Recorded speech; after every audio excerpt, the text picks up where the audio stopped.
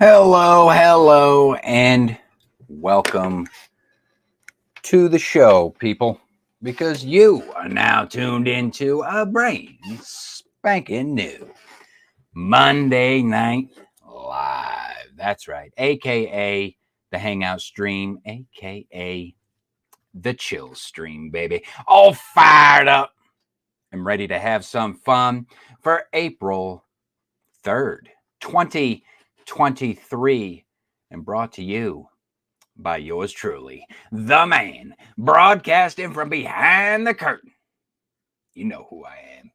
Because if you don't know by now, you can visit www.livefreeliverich.com or simply Google this name and you can find out. How you guys doing? Did you have a week? How was your week? Was it good? Was it bad? Was it ugly? Go ahead and, don't be shy. Like I always say, there's no need to be shy. I just like to know who took the time to stop by. So go ahead, drop me a comment down below, and perhaps I will address it during a future show. Let's see what we got for tonight, though. Tonight, for reading time, I'll be diving into some serialized fantasy of epic conquest. And then, after that, I'll be watching a video request on the topic of fantasy and poetry that kind of explores the idea of how the two seem to go hand in hand. Unlike tonight's hot topic discussion, where I've got a wrist to slap. That's right. Figuratively speaking, of course. But I also have a Kickstarter campaign to cover and a little bit of drama news that I think deserves some views. And of course, I'll be wrapping up the show with some of your comments. But before I get into all of that, first things first, I like to take this time and slide right inside my first segment of the night. And that's where I like to shine a spotlight on some books. That's right. That are currently available or coming soon to an online store near you. Yes, it's true. And this first one comes from the Twitter, or Doge, apparently. I don't know what's going on with Twitter, but apparently it's no longer Twitter, it's now Doge. But this comes from Robert Francis, who we've covered on the stream before. It says, my 2 books on schizophrenia. We're going to be covering his second one tonight, his second book on schizophrenia.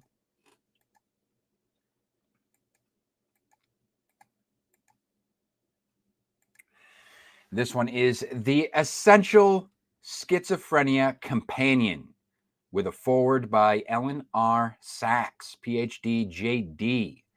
This is by Robert Francis. So let's check it out.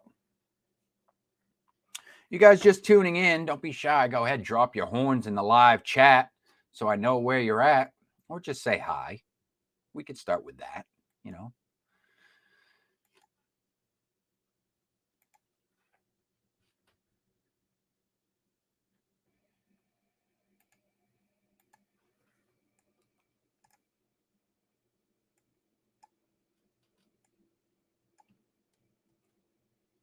Nice full show tonight for y'all.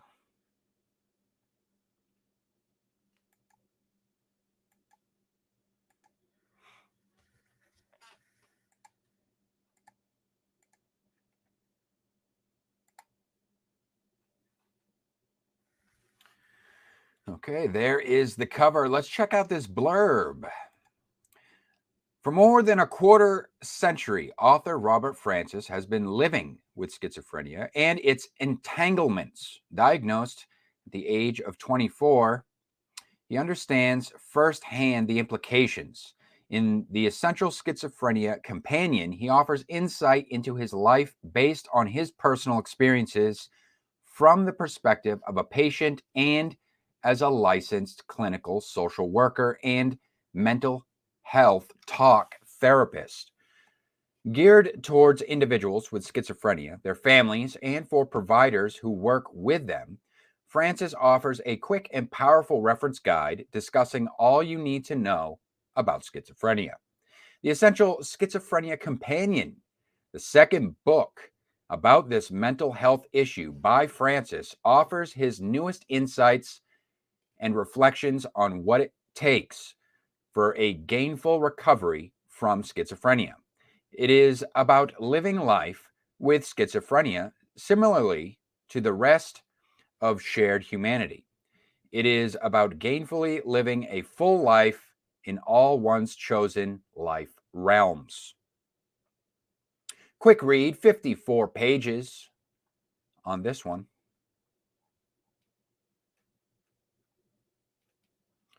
And it's pretty clear what it's all about. Of course, all these books in this first segment are books that are suggested to me directly by the publishers themselves, or whether they are self-pubbed authors, comes from an indie label publisher, or a small press company. Next up tonight, we have from Aria Emend, just shares a link to her book, The Forbidden Love Affair. Forbidden Love. Uh-oh. Female author, Forbidden Love. I wonder what I'm getting myself into here. It's an inside joke. If you know, you know. This is The Forbidden Love Affair by Aria Emend.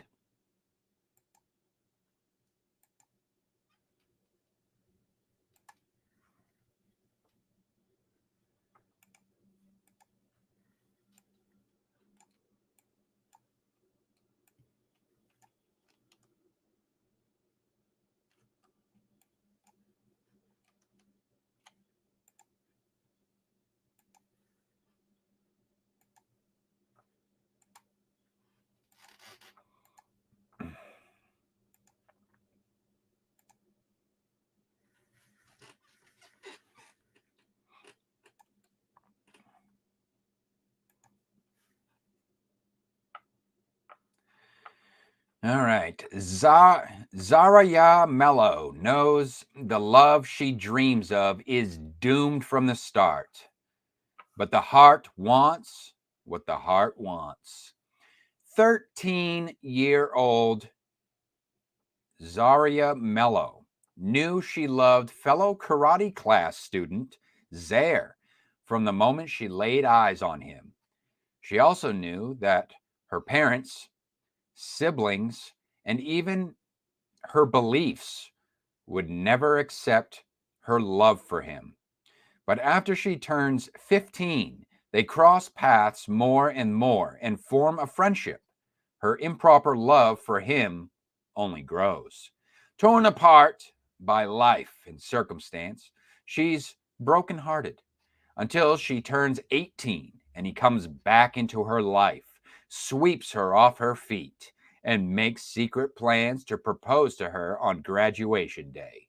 But Zaria doesn't know that Zaire is hiding a secret from her. Uh-oh. The kind of secret that rips solid marriages apart. Never mind their budding love. Besides, will anyone forgive her for falling for her older brother's friend? And will she still love him when she learns the truth he's been hiding from her?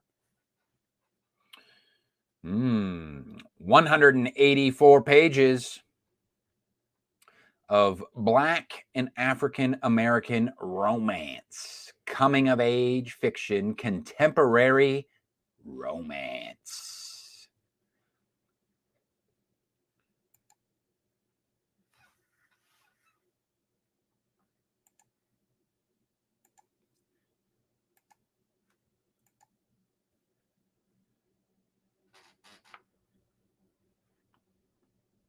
Hey, look at this. We have someone from the Twitch. How are you? Welcome, welcome.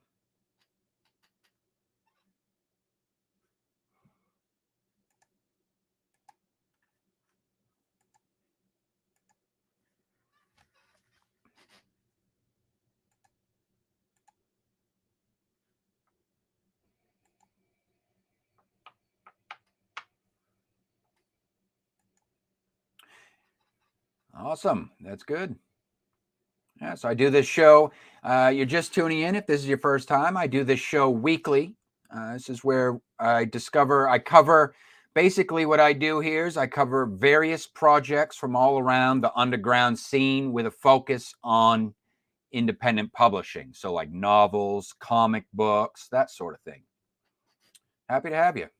Yes, cheers.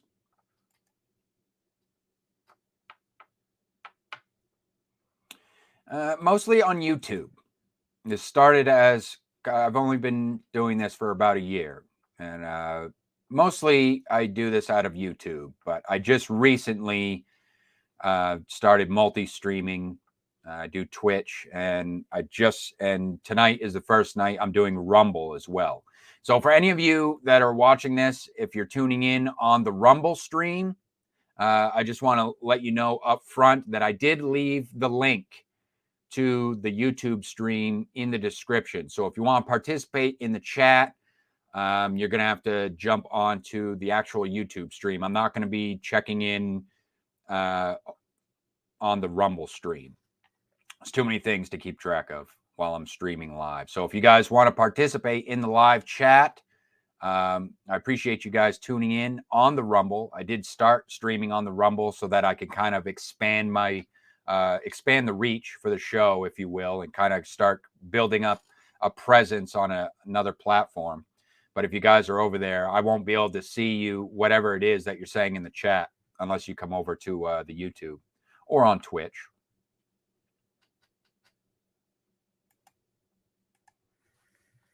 All right, we got a couple more books here, Are you a writer? Okay, so this one comes from H.C. Harper. It just shares a link to her book and writes, it took forever to write, but it exists. Yes. Well, congratulations on seeing your project all the way through to the end. And this is her book, The Shadows.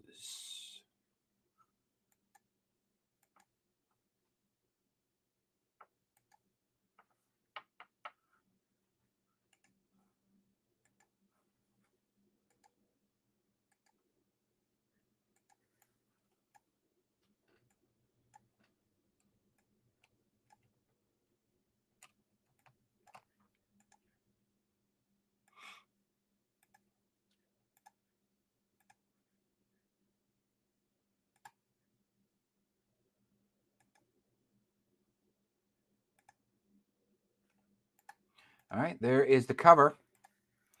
Let's check out this blurb, shall we? I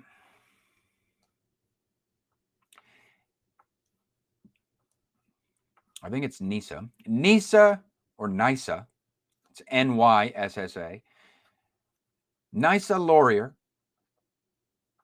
knows lots of things. She knows how to kill someone without being detected. She knows she'd do anything to protect the people living in her camp. She knows the other camp leaders would do the same. What she doesn't know is that life, as she and everyone else currently knows it, is about to change. Change is inevitable, but growth is optional.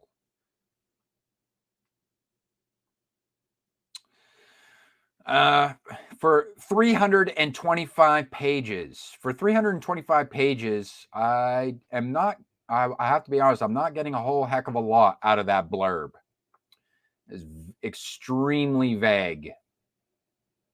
All I got out of that is there is a woman who is living in a camp, and there is an opposing camp, or there's a different camp. So there's two camps here. I don't know if that's like a metaphorical thing or what, like your camp, my camp type of deal, or our camp, their camp. But that's about it. Something about life and change. Let's see. We have in categories, we have dystopian fiction and dystopian science fiction, teen and young adults. That is The Shadows.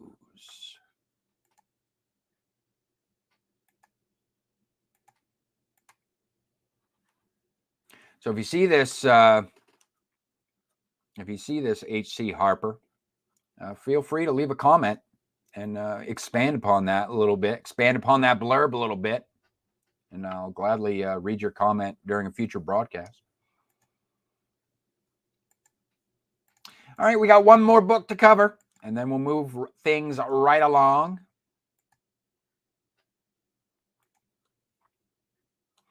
And one more from the Twitter. This comes from Zoe Van Lingen. And it says, or it could just be Zoe. Molly Birch has everything a poor city girl could want. Her own bedroom, 2 living parents, and a boyfriend. I think this is all part of the blurb, so we'll read this. This is Zoe's book, all right? And I think this one sounded interesting. Let me, when I was setting up the show here, this is The Liberator, book 1 of the Liberator Duology. It's a 2-book series here by Zoe Van Lingen.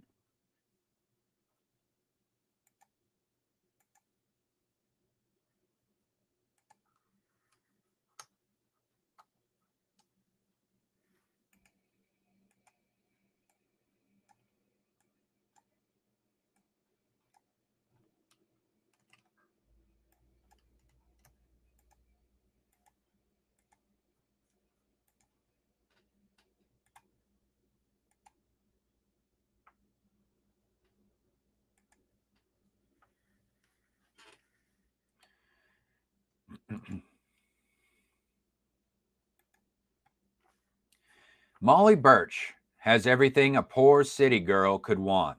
An apartment with her own bedroom, 2 living parents, and a boyfriend. But none of it is stable when the anonymous government dictates all aspects of citizens' lives, from food and medical care access to the number of children couples can have and who can marry. Molly is 16 and now old enough to apply for a courtship with her boyfriend, Gabriel Kingsley, so they can legally date and get married. However, things don't go as planned following their application and medical tests on clinic day. Uh-oh.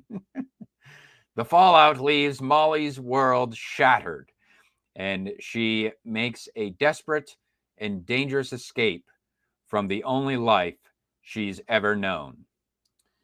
They make ointments and creams for that. Don't ask me how I know. Sir. On her journey, Molly makes new friends, discovers her dad's secret past, learns her heart's true feelings, and finds out how to make a difference in the city for everyone. For everyone.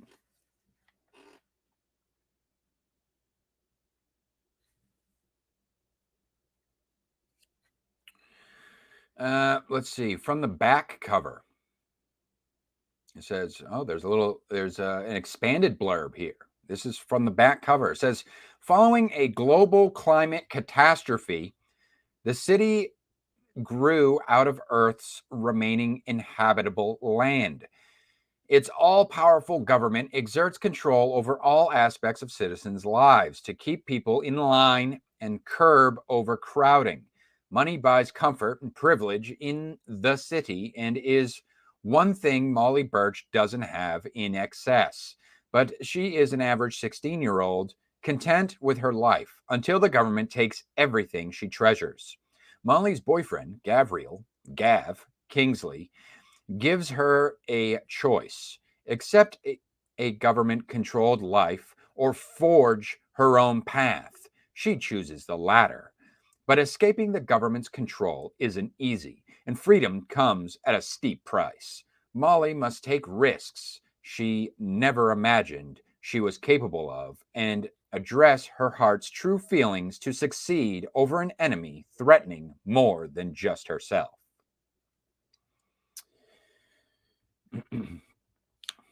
I fought the law and the law won. 350 pages of teen and young adult dystopian.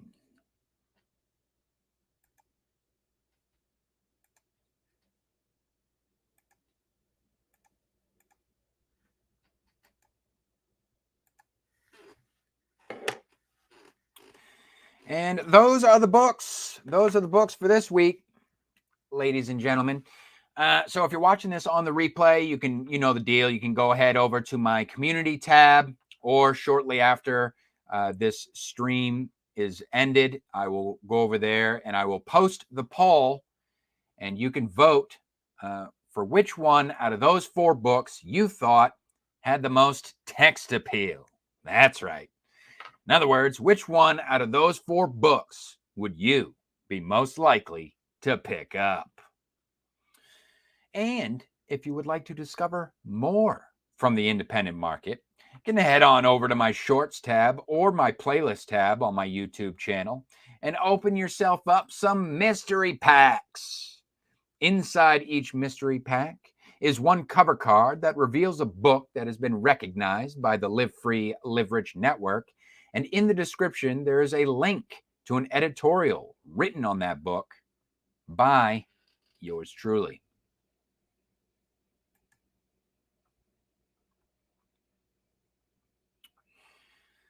All right.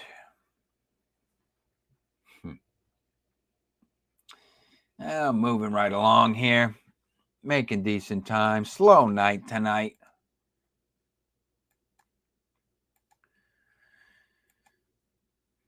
But we're going to heat things up.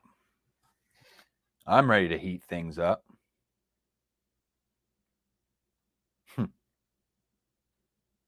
So I got some things to get off my chest.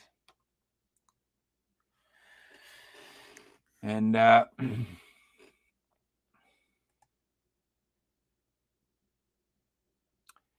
this is a little segment that I like to call Hot Topic for Content Creators.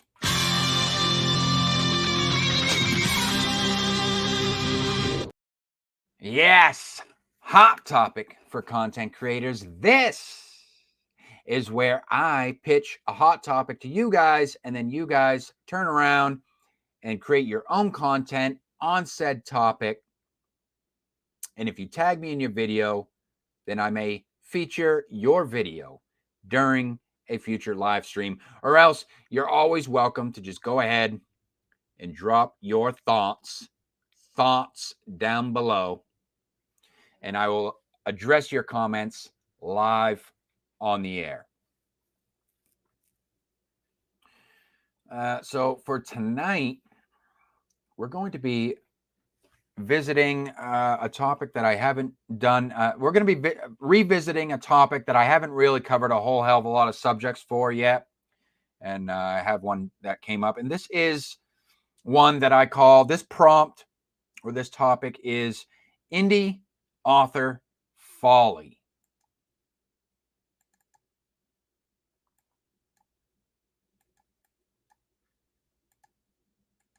Let's get my notes here. So what do I mean by indie author folly? So indie author folly, I want you to share your thoughts and opinions about the business practices, marketing strategies, or the public relations of indie authors that make you cringe or have made you cringe. And I want this to be a learning experience. So I ask you to please refrain from naming names and just focus on the behavior itself. And let's use this as kind of an open forum to discuss ideas, okay? So we can learn things, okay? So this, let me start things off here. This particular subject is something that I've been meaning to address for a while now, but I just recently watched a book haul video by Moid, and some of you may be familiar with his channel, Media Death Cult. He's also, I also know him as kind of like the sci-fi guy. He covers a lot of sci-fi, does a lot of sci-fi type of content. And something happened in one of his most recent book haul videos that made me feel a certain type of way. So let's just start off by saying that much. Okay. So here's what happened, just to give you the skinny on it. So he was sent in the book haul video. He was sent a novel completely unsolicited. All right. From a rando indie author with a handwritten letter. So right off the bat, they're treading a fine line between sentimental and tacky. But you know, I'm I'm willing to give them the benefit of the doubt at this point. So Moid starts reading the letter. Moid starts reading the letter, and like within the first couple lines, the author is, you know, telling them that they hope that Moid enjoys their book, and Moid just keeps it real, like right off the rip. And he's just like, he looks right into the camera. He's like, I'm not going to read your book. He's like, I'm not going to read your book. And he's not doing it to like sound like a jerk. Like he's just trying to make it clear, like he has a bunch of like classic sci-fi novels that he's yet to get to, like a whole stack of books that he wants to read and he wants to do reviews for, and it's a whole process. Okay. And he also mentions that he gets these unsolicited indie books like on a reg. Like he said that he's received hundreds of them, which blows my mind. That is that many, but I believe it. He has a decent sized channel. So anyways, he went on reading anyways. He goes on and he's reading this letter, right? That was clearly making him uncomfortable. And as the author proceeded to give their elevator pitch for their gay story, their words, not mine. Okay. So they're giving their pitch for their gay story that's built upon a Looney Tune premise. And that part, that's my words. That's my opinion. I thought it was a Looney Tunes premise.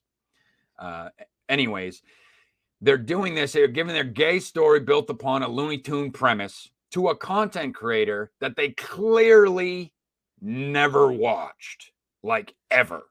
And then had the audacity to open their letter with, I just want to say, I love your channel. Like, get the fuck out of here. What? I was like full body cringe, dude. I'm like, are you serious? It was so friggin' fake. Like I like full body shudder from like all the way down the spine type of cringe. Anyways, it was a fucking disgrace. It reeked of desperation. But aside from coming across as blatantly insincere, it was just downright uncouth, if you ask me.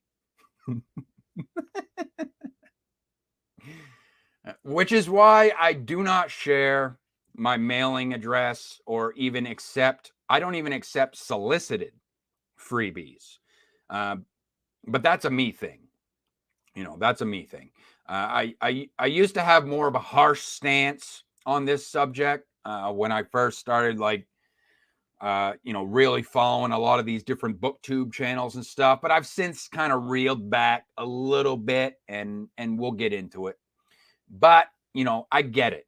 Some of these indies, like, they get the bright idea that all they have to do is send a copy of their novel to booktubers with high sub counts and consistent viewership, that just so happen to share their mailing address to receive free shit, and that's going to be their ticket to success. Like, and I just want to say, like, I've been in this space long enough to see this kind of cringe behavior play out time and time again. A lot of these indies are the fly by night, buy my book types, and they're here today, gone tomorrow, fucking hacks. Their books, and the thing about it is, like, their books don't even end up on the booktuber shelves most of the time. I'll tell you right now, they're most likely getting tossed into a big plastic tote and stacked up in the garage to collect dust. You know, just saying. So, but I will say that the hacks are right about one thing, though.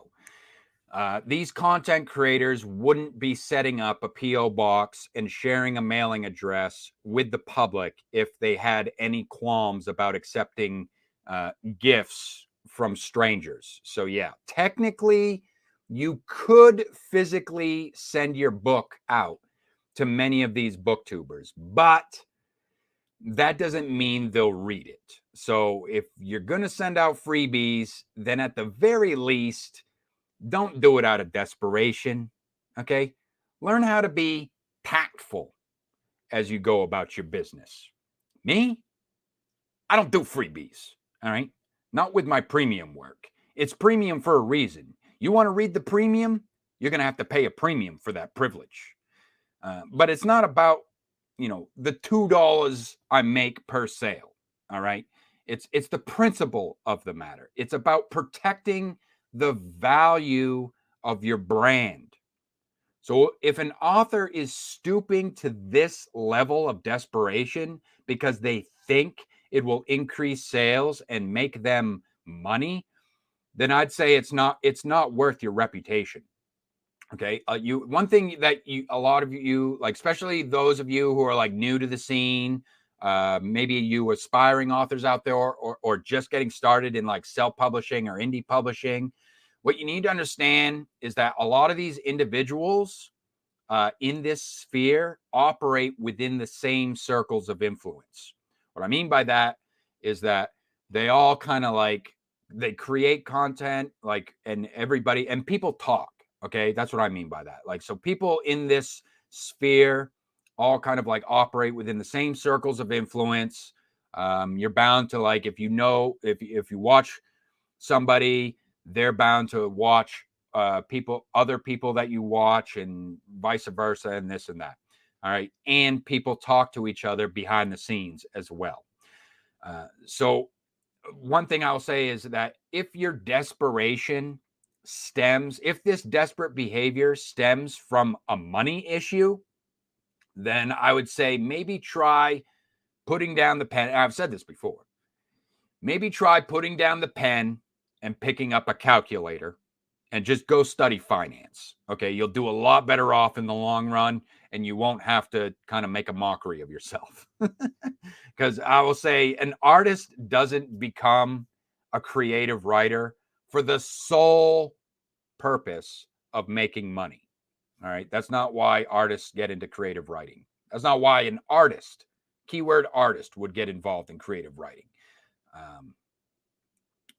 But hey, I don't call this hot topic for no reason. Maybe you disagree. Now, if it's just about expanding your readership, all right, and you think there's someone in this booktube space that would genuinely appreciate, keyword here, that would genuinely appreciate your work, then I suggest you start by putting in some genuine effort on your end and get to know the individuals that you're dealing with. You know, if this is going to be some sort of business thing. All right. So I laid out some, a little bit of advice because I want this to be a learning experience. Okay. So this is what I say. This is what I suggest. Take it or leave it. Number one, actually subscribe to their channel. Start supporting them. You know what I mean? Start and not only like showing a little support, but actually, so you avoid the social faux pas the person I mentioned earlier, maybe actually watch their videos, okay? In which case you would have known that Moid does not read indie books, or at least he doesn't read them upon request, okay? He just doesn't do that. But aside from that, do they even post book reviews on their channel? Because not all booktubers are cut from the same cloth in that regard. There's some booktubers that are literally in this thing just for the aesthetic. Like they just like the book. There's this thing called book aesthetic, where it's like they just want to like make videos of them showing off books. So they mostly do just book hauls in front of their, you know, their done up bookshelves with all their knickknacks and their Funko Pops. And they do like, hey, watch me reorganize my bookshelf type videos, you know, that type of stuff, you know. And they don't even do book reviews, some of these channels. So maybe you actually want to know the type of content that they post before you just go shipping out your books all willy-nilly. Do they even another thing is, do they even spotlight indies in any shape, fashion, or form? Because some of these booktubers, they refuse to even acknowledge independent publishers or independent authors or self-pubbed authors. So they just strictly read the classics. They're only going to read they're only going to read Western canon. You know, they don't care about contemporary literature. They couldn't care less about it. And then another thing that kind of goes in that same vein with actually watching their videos is, what do they read? Are they niche? Some booktube channels, all they read is horror, or all they read is sci-fi, like I mentioned before. And then number 3, so number 1, subscribe to their channel. Number 2, actually watch their videos. Maybe engage, start leaving some comments and stuff like that. You know, don't just come out of the blue. I just want to start by saying, I love your channel, even though it's clear that you don't even know anything about the guy. Anyways, number 3, reach out to them ahead of time. I would say save yourself, and this is more of a you doing a favor to yourself as an artist. Don't value your work. You know what I mean? Value your work. Don't just go shipping off your work willy-nilly to people who aren't even asking for it. Okay, that's not a good look for you. And like I said, a lot of these booktubers, they talk to each other behind the scenes. You know what I'm saying? So you're really not doing yourself any favors, especially when you just like mass ship them, because, you know, they'll talk, oh yeah, oh, you got a book from that guy too? Yeah, I got one last week from that guy. You know, things get around the grapevine is what I'm saying, that, you know, people probably don't think about before they have this bright idea to just start willy-nilly, just, you know, mass shipping freebies. So reach out ahead of time, you know. I think that's more respectful, more tactful, and it saves you face, you know, because it's more respectable. Even if they're not interested, you still save face because you're reaching out to them ahead of time and you've done your homework in the sense that you've actually been watching their videos, so you know what they're into, so you can write them an email. You don't have to be tacky about it and write them a handwritten letter. Just reach out to them via email if they provide one, and say, hey, I've been watching your channel for a while. I see you're into these type of books. I see that you review indie authors. I also see that you've read books by this famous author, that famous author. I'm coming out with a book that's kind of in the same vein of so-and-so with themes like such and such book. You know what I mean? Does this sound like something that you would be interested in reading? Because if so, I will send you a copy. You know, that goes a long way. Just a little bit of correspondence. You know what I'm saying?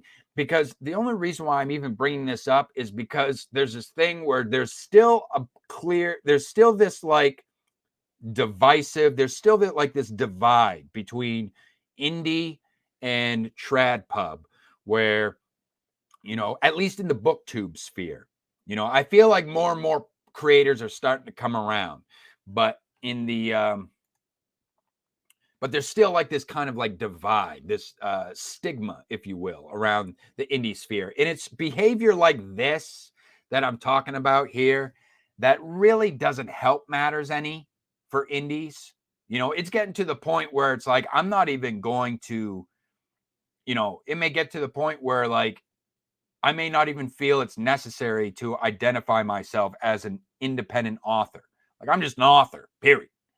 You know what I mean? And people can take it for whatever it's worth, you know, based on my work.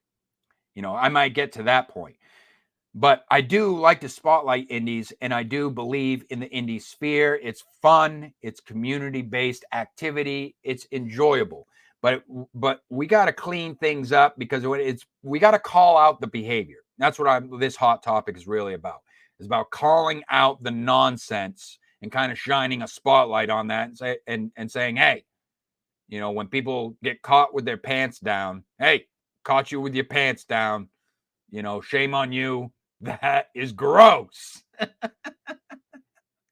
You know, and just really lay it in there. So people are like, ugh, I don't want to be that guy. You know, what do we got here? What is the calculator? The calculator. If you want to make money, if somebody, I'd say if an artist wants to make, if somebody wants to make money, don't become an artist. Just go into finance. Put down the pen and pick up the calculator. You'll do a lot better off in the long run.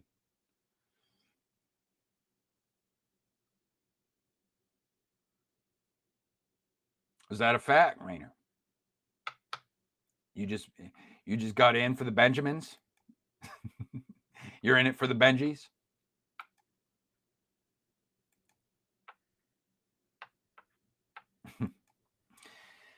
But look, you guys tell me what you think. What do you think of this behavior? And I'm not gonna name the video, but if you know who Moid is, you've heard of Media Death Cult channel, then you could probably find the video pretty easily. And it's like right near the beginning of the video when it happens, and you can have yourself a nice little chuckle.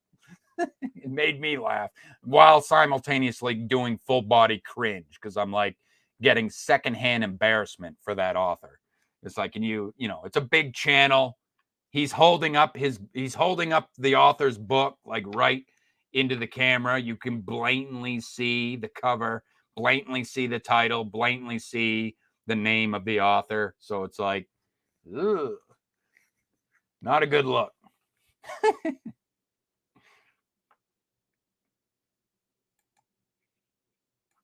Oh yeah, I'm feeling good. That was a fun one. That was a fun one.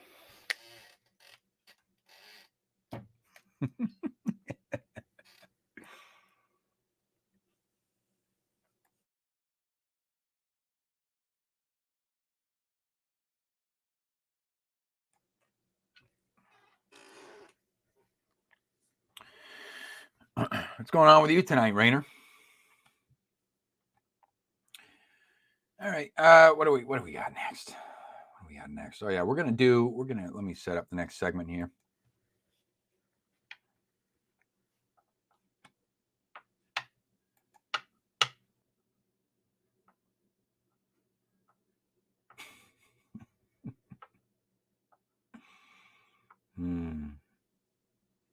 The hell? All right.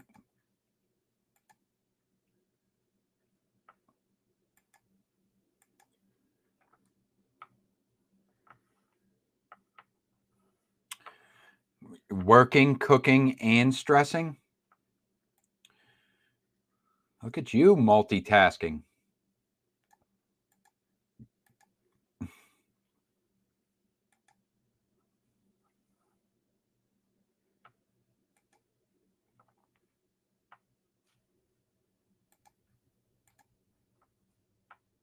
I appreciate you tuning in.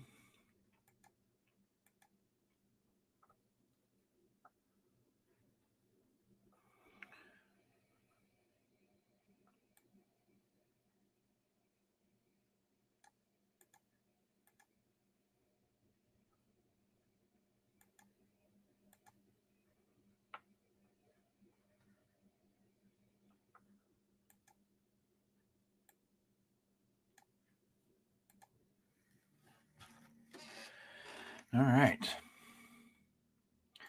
Now let's go ahead and get into some announcements.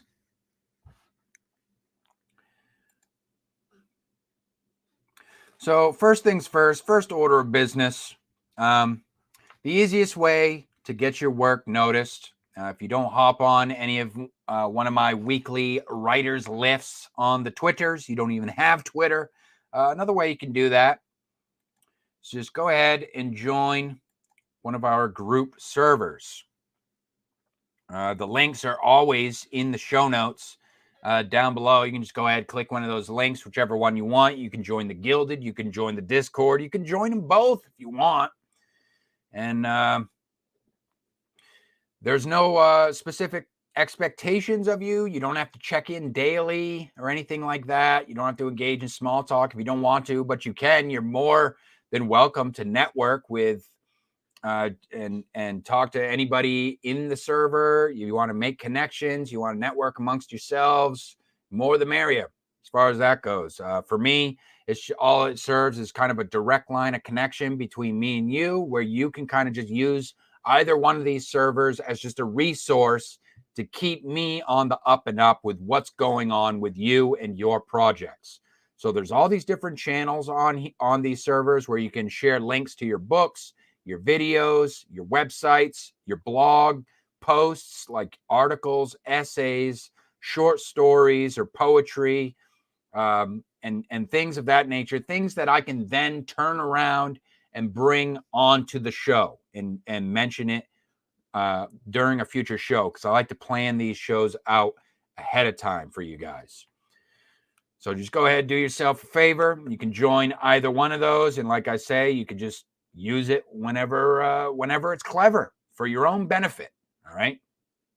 And I will post weekly, I will post the newest live stream show. So you guys can, if you aren't already subscribed to the channel, I will post them in there.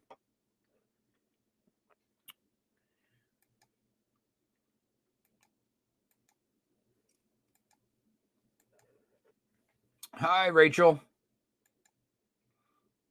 I saw you last night on Ian's channel, and they're doing that when they were talking about those spicy books.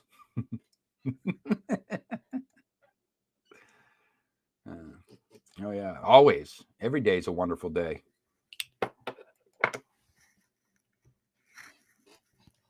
All right, up next, what do we have here? Yeah, take a break. I think I made it. I think I made it. I was lurking for a little while. I think I made it up to book. I think I made it up to book 3 or 4, somewhere around there. All right, next order of business here. A little bit of news, and this is Doorway to Nightmare. Okay, I played a fun role. I had a fun role. I was a news broadcaster. I got to put my news broadcaster voice to work on this episode, this latest episode of Doorway to Nightmare, entitled Second Chance. Second Chance. So Doorway to Nightmare. This is, for those of you who don't know, this is an audio drama web series, but it's a mystery thriller genre. And each episode is kind of a standalone story with a fresh cast of characters that are played by real human voice actors. And it's created by Winslow Swan and Crimson McKenzie. They have a YouTube channel, and they have episodes that premiere every Friday. Oh, they're on their 6th season right now. But this particular episode, Second Chance, so is the world's population is on the brink of facing an extinction level event. And the only hope for humanity lies not in divine intervention, but perhaps in something more alien to man. And that's all I'll say about that one. So this Friday, so I also put, so that's the title of this particular episode, Second Chance. But there's actually one more chance to catch a premiere before the end of season 6, and that is this Friday. The last episode of season 6 will premiere at 7 p.m. Eastern time. And we all kind of show up It's fun. As you can see, the episodes are usually between 20 minutes to about a half hour long. And we show up and we hang out in the chat and we chit chat and while the episode's playing and just enjoy ourselves. It's just a nice little thing to look forward to on Fridays. And I will say right now, it's no secret, but because Winslow has already made the announcement before, but they're already have season 7 is in the works. So don't worry if you've this may be your first premiere.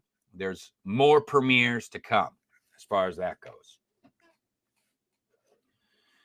And FYI, they are on the lookout for more female talent. So any of you out there interested in giving voice acting, maybe expand your creative horizons a little bit. Maybe this might be something fun for you. You can just give it a shot, and you can contact. Just go ahead. You could probably I'll have the link to the video anyways in the description after the show, and you shoot over there, and you can get in contact with Winslow, and maybe you could send a little voice audition. Try it out just for fun, because that's all it's really about. We have fun doing it. It's kind of a passion project. They're looking to expand it into something bigger. This is something that isn't just on YouTube. They do it on YouTube, but this is actually like a show that they do on multiple different platforms. So they're slowly but surely trying to build it up into a thing. They actually have a website, Doorway to Nightmare, as well. But I'm very proud of those guys over there, and they're good people. Let's see what else we have here.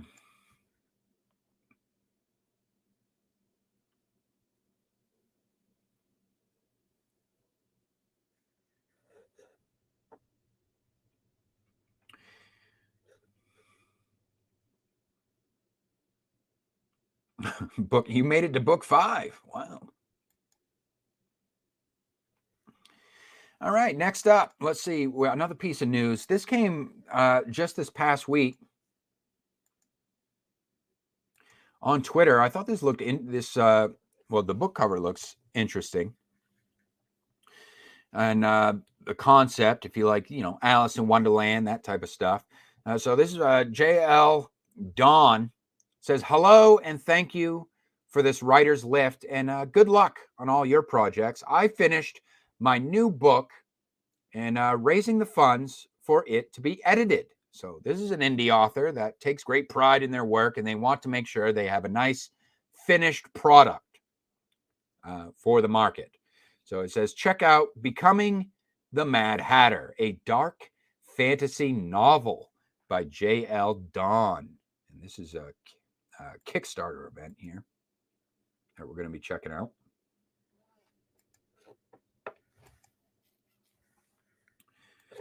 Kickstarter for Becoming the Mad Hatter.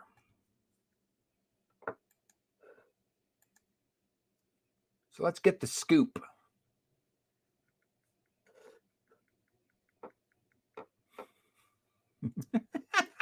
What's that?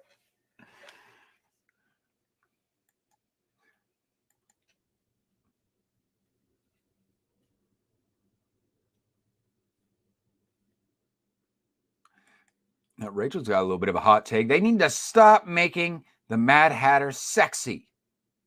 I'm getting mixed feelings in regards to childhood things I adored.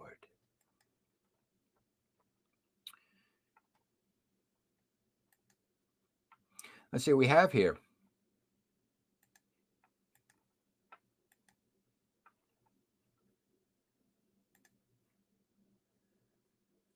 I am going to share the audio. We'll check out, there's a video on here too.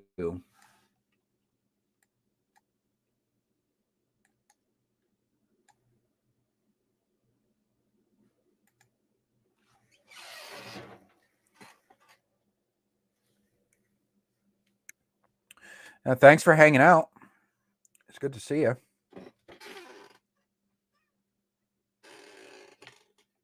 Well, hear from you, I should say. I think we'll still be in touch at some point. You got some books coming out soon, don't you, Rachel? Did you tell me, didn't you just have one come out not that long ago? And plus you got one lined up for summertime?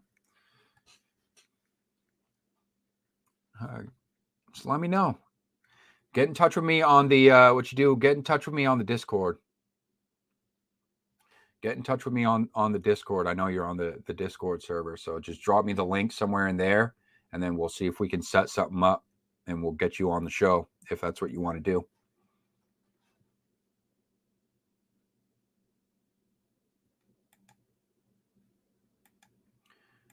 All right. Boom.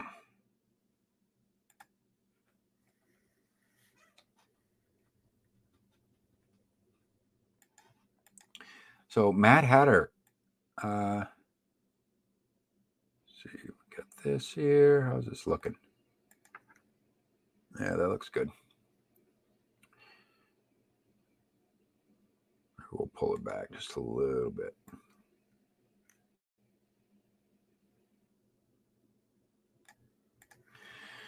All right. Let's play the video here. Tonight was beautiful, they both thought. While at first it was beautiful for the stars above, it was now for each other. Any hint of anxiety or unconfidence Edwin normally felt was lost to him now. And to Irene, any hint of the fears of loss in which she normally found herself drowning were swept aside. This is what true serenity was like. This was something so different. Neither of them before had ever felt such desires to be with another, to constantly desire to be closer, even past physical limitation. We shall craft a new kingdom, with sweat and blood. We must enforce a better work culture, a people who will lay down their lives for the kingdom. It is too fragmented, Agatha said, and Reynold laughed mightily. The crowd cheered out in fear. Never had anyone in this audience observed something so forceful, people who enforced law so powerfully. The days to come would be dark. They realized they may be overthrown from their positions, or they may have to give up their rightfully earned wealth for the kingdom. Agatha blushed, nodding yes. She considered for a moment what she would actually wear, as she wasn't a big hat wearer, then said, I want a shorter styled top hat, with very bright reds and sparkly, and with lots of ribbon. Something more glamorous than you've done before. It would need to catch the eyes of an entire room. Edwin sighed mentally. He was known for humble hats that accentuated the wearer, and he considered why this woman would want something so gaudy when she herself would be plenty pretty with a little less makeup. But he shrugged it off. This was a necessary evil for him to accomplish. As much as he would hate the job, it was manageable. He could do it. I shall start immediately, Edwin said. Great, Agatha said, blushing. She brushed her hair back, and with begging eyes said, I will pay you with a kiss. Edwin donned a false grin. I appreciate the gesture, truly, but that is unnecessary. Agatha's eyes lit like explosions. She had never been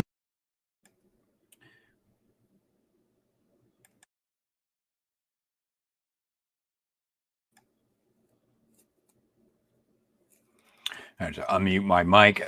I just want to say before it was done, like I do not like this narrator. I don't. But that could just be a bias because I'm not into audio, like audio books or like audio narration for novels. But I think this is, I don't know. It's kind of, I'm trying to like look at this with like through an unbiased lens and just really try to pay attention to the prose itself and not focus so much on the narrator. been denied, and for a common man to deny her, he must have been insane. But she calmed herself. She could win him over, as who could resist her over time? Of course you're beautiful, my queen, Reynold said, bowing. Agatha suddenly dug her nails into her mattress then, ripping at it in a... I'll say this This chick right here, she reminds me of somebody. She looks familiar to me. Perhaps an old goth girlfriend or something. Whirlwind of anger. Her eyes went feral as she clenched her teeth. Then how come that man refused my kiss? I have never been so humiliated. Edwin and his group of simple townsfolk find themselves in a cycle of blood and violence, brought about by the whims of a narcissistic queen. Will the love Edwin and Irene share keep them afloat? Or will Agatha have her way with the Hatter? Agatha. All right.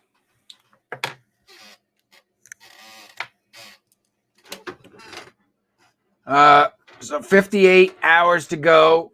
A little over a couple days left on this one. Already raised $721 of a $1,000 goal. Again, this is, I guess, funding for an editor for this novel.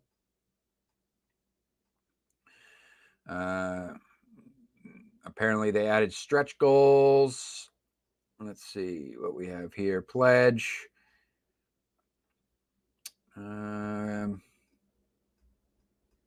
Let's see, any special perks here? A wallpaper, ebook copy,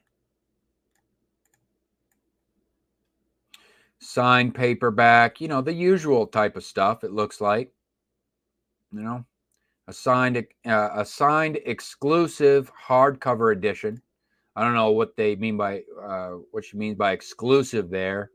Maybe she won't be actually releasing a hardcover. Get an exclusive signed hardcover copy of Becoming the Mad Hatter. This hardcover edition has an exclusive cover that will never be used again and will be hand signed by the author. Well, that's pretty cool. I like that. That's a fun perk. Will the love Edwin and Irene share keep them afloat? Or will Agatha have her way with the Hatter? Well, Agatha is a bad bitch, I have to say. She's the goth witch, I believe. Says, hello and welcome to my Kickstarter project page. I am author J.L. Don.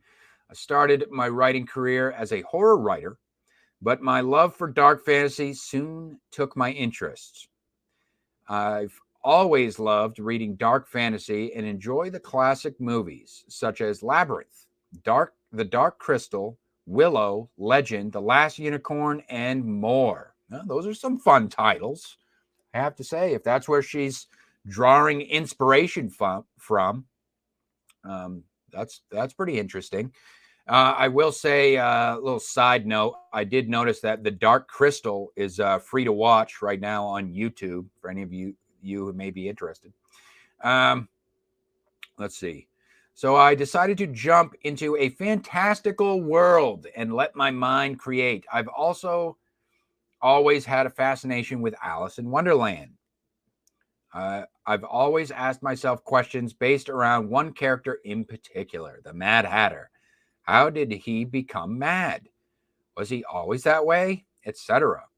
So I grabbed my notebook and pen and started writing notes, bios, theories, and more. And eventually I had written a novel, Becoming the Mad Hatter.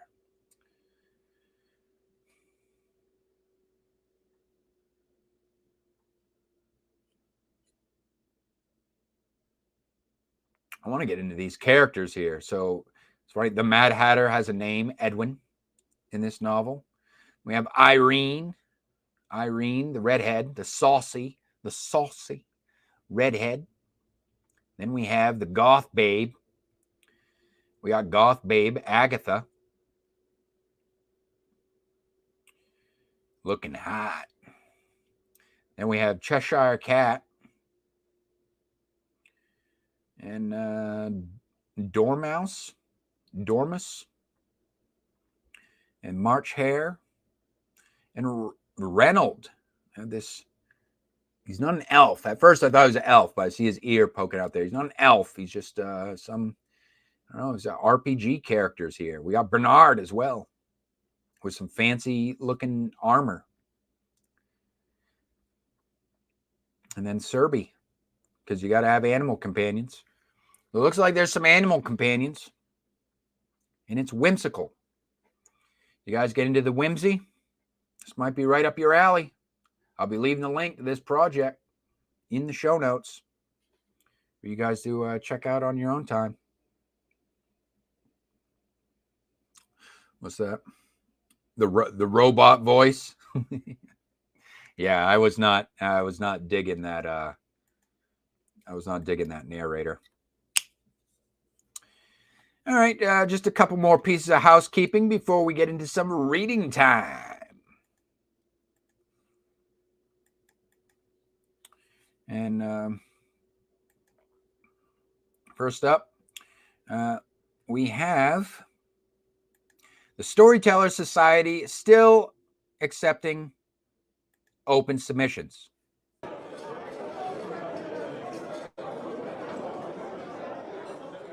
The Storytellers Society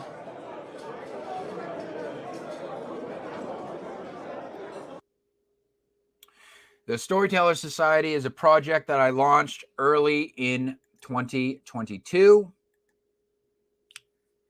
And this is an ongoing project. This is kind of a public collaboration. This is what I call a public collaboration project, all right? So what I'm looking for is flash fiction. So flash fiction, and for this project in particular, flash fiction means fiction that is between 500 and 2,000 and up to 2,000 words I'm accepting. So flash fiction, and it can be any genre that you want. I actually have a drop-down menu on the submission page, so it could be like romance, action adventure, mystery thriller, horror, fantasy, sci-fi. You can pick any one of those, okay? There's no prompts. It's just you submit a piece of flash fiction. Now, it doesn't have to be original flash fiction because this is a non-exclusive agreement. There's no contracts involved. So all you're doing is you're agreeing to the terms of service, and this could be a piece of flash fiction that you have published somewhere else. But all you're doing is you're giving me permission to republish that, or giving me permission to publish that piece of fiction on my blog, okay? But you will retain the copyright, and the only requirement is that you must own the copyright, and you must be allowed to give me said permission. It must be within your right to grant me such permission to publish it on my blog. And it will be free to view. It will be free for public viewing. All right. And this is something that I continue to market on a weekly basis. Okay. So once you submit a piece of flash fiction, if it's approved, then you will effectively book yourself a room at the Hotel del SS, is what I've dubbed it. This is where all the members of the Storyteller Society stay. And you will have your own room where all your contributions will be at. And then people who visit my website can discover your work for themselves by visiting you at the Hotel del SS. And they can check out your contributions and discover your work that way. You know, just another fun way of kind of collaborating with my peers, kind of reaching out. This is not only an opportunity for, like, say, aspiring authors who've yet to have any of their work published to kind of start building up a little bit of a creative portfolio, but also for, established authors out there. Those of you established, like, indie authors or writers out there, that would just like to start building a peer-to-peer, business-to-business relationship with yours truly. And this is kind of the first phase too. What I'm going to do with this, I'm just going to keep this free. I'm not doing anything crazy with it. On the website, on the website itself, I list out a bunch of different ways that I may use the work that you're granting me rights to, the right to publish. but I'm only going to be publishing it through the blog, though. I mentioned that there would be selections that might go into a magazine or something like that, or be read in a vlog or something. But I would always be in contact with you ahead of time. I would say, hey, I'm thinking about doing this. Would you be interested in being involved? As of right now, I'm only publishing the work on the blog through my blog itself. And that's where it is. And it's free for public viewing. No one has to pay anything out of pocket or anything. And it's not something where I'm profiting from it. It's just strictly for collaboration and marketing purposes. But this is the first phase. Eventually, I would like to turn this into a thing, like maybe turn it into a web series, or maybe I've kicked around the idea of maybe getting into like indie film. In other words, maybe like if there's stories that are submitted to this that I would like, hey, I think that would make a good, I might want to work with you and have like maybe adapt one of your stories into a screenplay, something like that. But that's down the road type of stuff. I would just like to see more enthusiasm. I would just like to see maybe more enthusiasm from the community in terms of people just wanting to collaborate in general. But the offer's there. I try to keep coming up with different creative ways of coming up with opportunities for people to, work together, I suppose.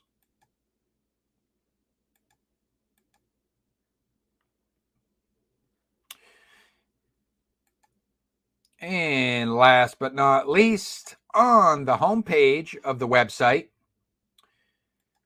you can subscribe for free. Speaking of free, hop on the email list for free. If you don't do Twitter, you don't do social media, you're not on one of the servers, this is the easiest way to keep tabs with what's going on with the entire Live Free, Live Rich brand. Okay, not just the YouTube channel, not just with the entertainment portion of the brand, but with the whole brand in its entirety and all the different subsidiaries, if you will. So go on the homepage at livefreeliverich.com. You can subscribe for free, and you will receive one weekly newsletter from yours truly, who I'll give you all the updates in terms of new releases and special events. Special events, I'm actually thinking about using the newsletter as like for doing like exclusive things. So for those who are subscribed to the newsletter, you might have exclusive access to say sweepstakes or special giveaways or something like that. I'm thinking about doing that in the future.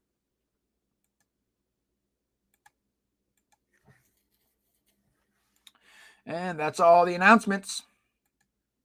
So let's go ahead and keep things rolling with some reading time. Let's kick back, sit back, relax, make yourself comfortable, get yourself a drink, get yourself a snack, and, kick your feet up. Let me read you a little story. All right. Tonight, I have something. This comes from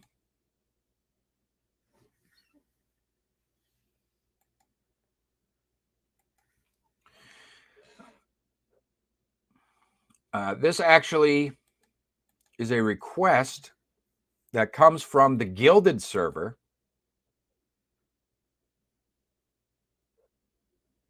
And this is some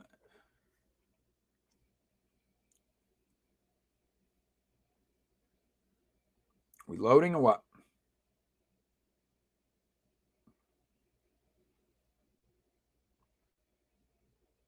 Ah.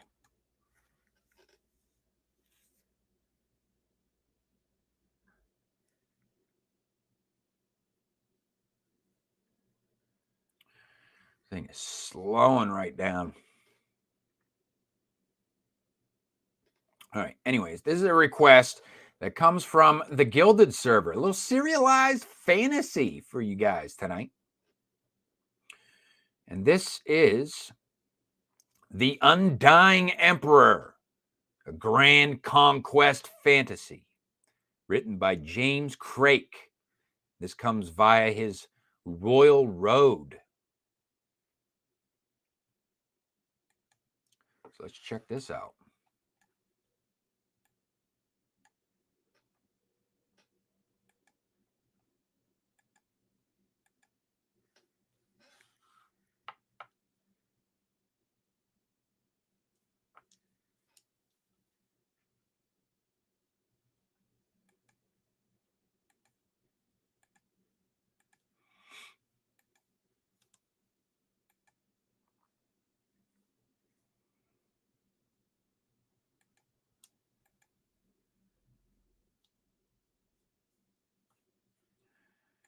All right, let's do a little intro here.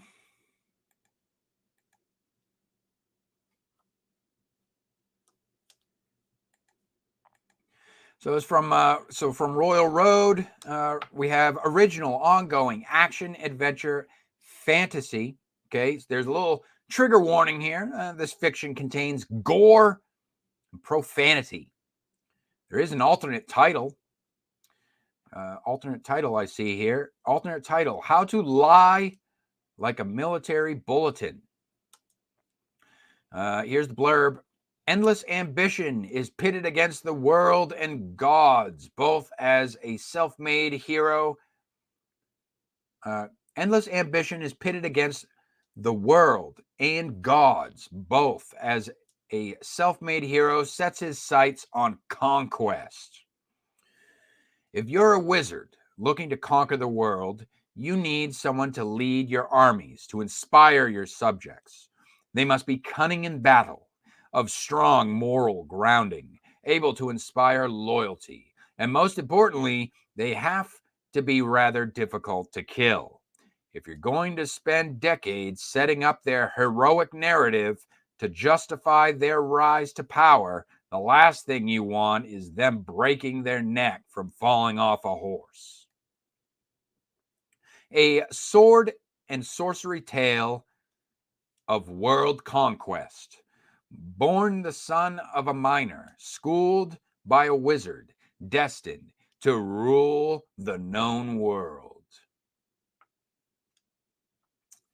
And a little credit to the artist here, cover by Coral.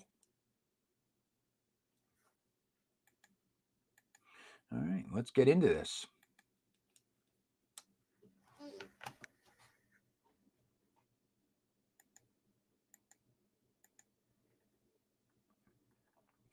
So this one, let's see. So this one's kind of set up as you got all chapters here, but it's kind of set up as acts. So this is we'll just go with the very first one, and that's what we'll read. And then depending on how long it is, maybe we'll keep it going. But this first one is entitled Bandit Infiltration.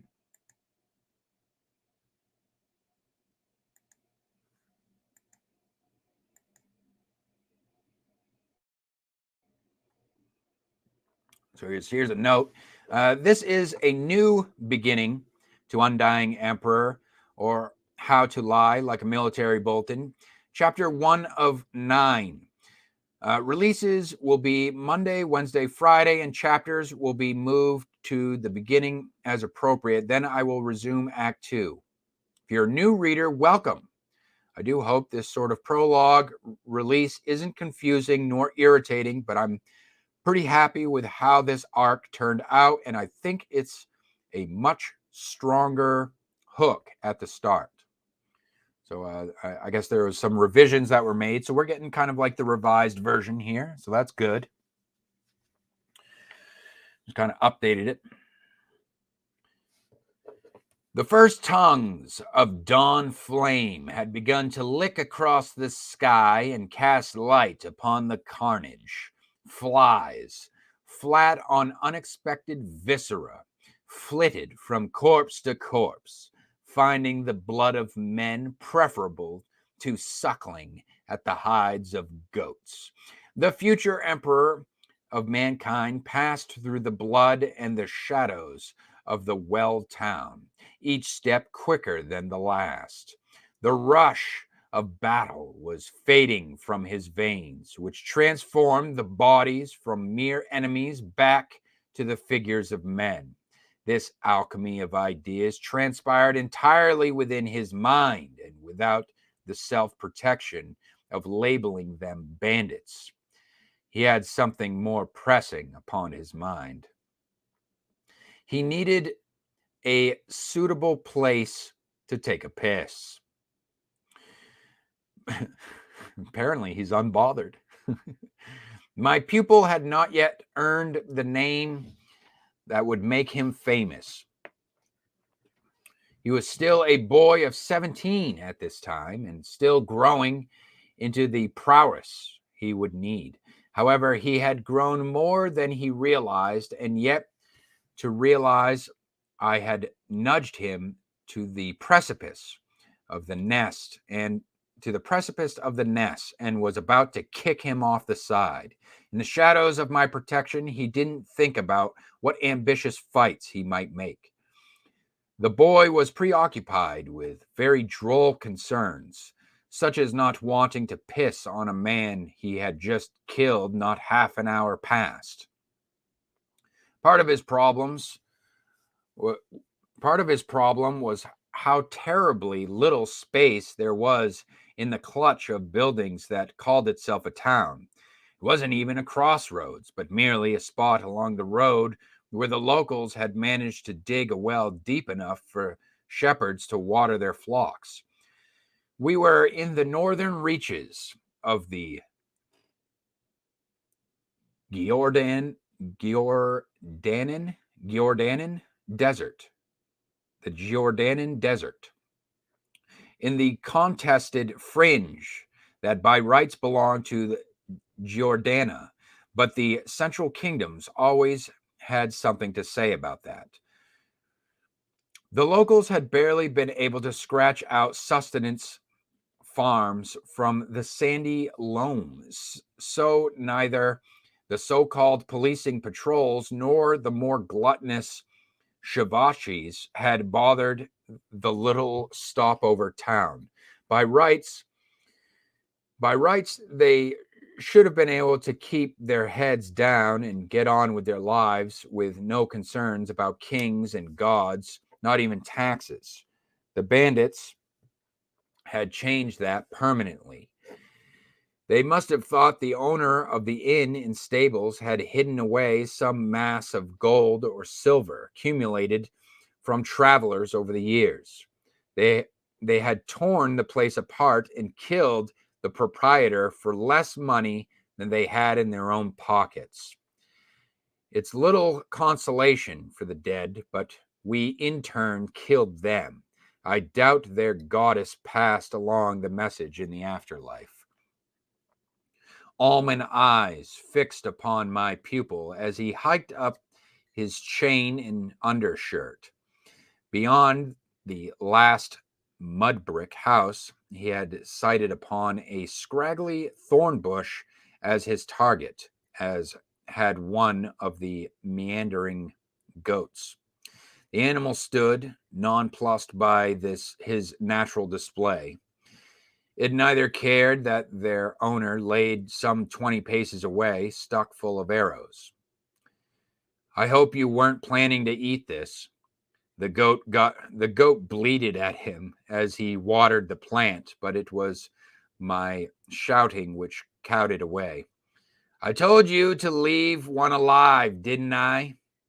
We weren't done with our work. A half dozen bandits would barely get us a purse of copper and bounty. The real prize was somewhere in the knobbly hills of sandstone. We needed a proper lure, and that meant preparations. Which was why I was marching through the town, holding a dead bird by the neck. The real brawn of our operation was the elder of the Tulsi brothers, who sat upon the lip of the well with a flagon of wine in one hand and a cleaning rag in the other. Leomon Tulsi, was one of the berserkers that had earned the North its reputation. A troll hunter nearly wasted upon a cadre of thieves. He spat some dregs of sediment out as I approached and gestured at the boy. I thought he was supposed to save you one. The boy came strolling over, refitted his belt. You're the expert. Couldn't you have just taken off one of their legs or something? I tried, but he bled out. I wanted to just toss the crow into the well and forget about it, but I wasn't out of options. I'll make do with the goat. What about the other problem? Liamond nudged a corpse with his foot. Right here, master. The bandit was nearly perfect, about the same age as my pupil, and with the same blonde hair, fair skin. A Vassish man. Very far from home.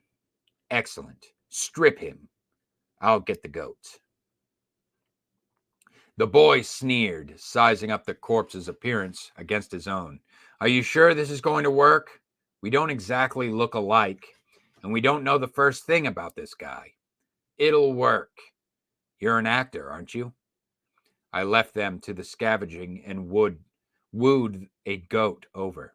My pupil was on his knees first, tugging off the chain coif and sand cape. He muttered as he worked. Don't even know his name. Liamond gave one last swipe of his oilcloth and sheathed his sword. Not a problem. Not a problem, boy.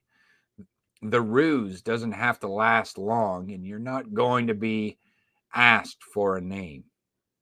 What if they ask me anything? Make it up. Act delirious.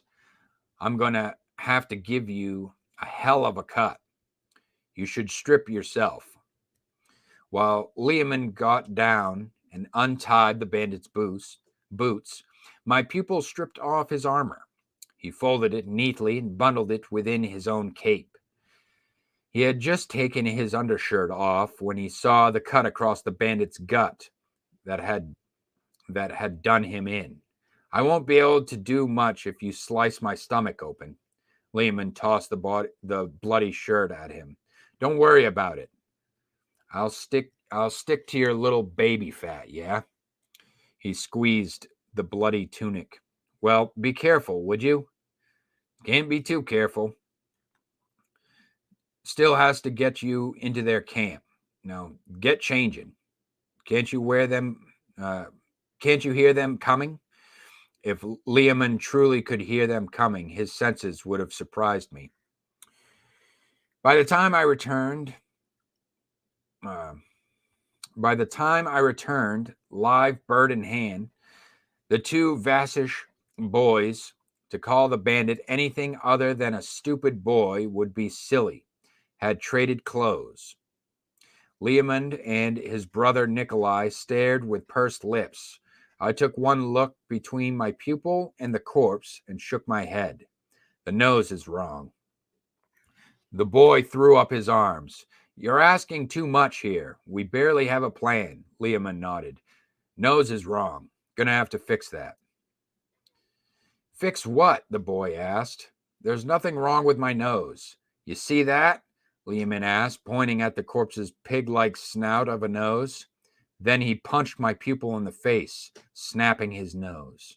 He reeled back, screaming and cussing as blood squirted down his face.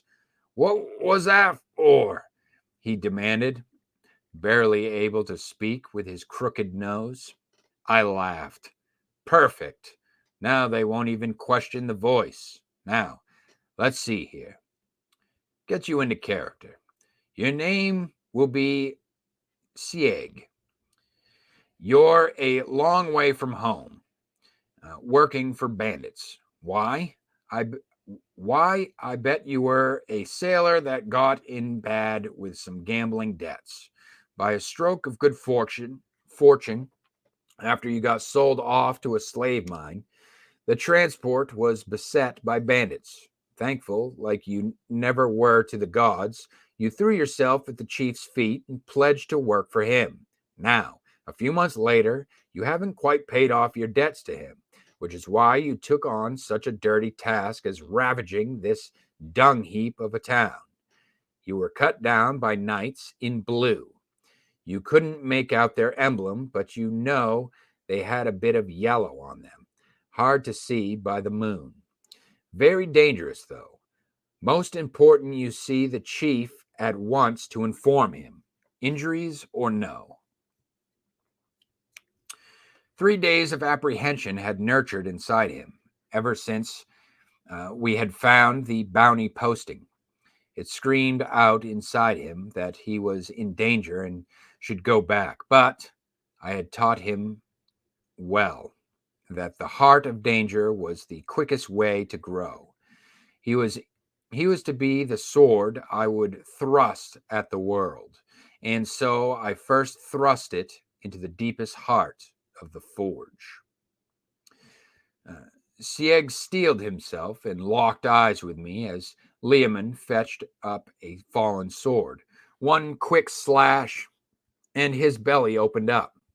I watched him gasp, double over, and crumple to the ground. He choked down a gasp and a bit of a whimper. He squirmed across the sand, writhing from the pain as if worms had set into his gut. Lingen tossed the sword into the well. It clattered and splashed as shock began to set in for the boy. Looks real enough to me. Plenty of blood.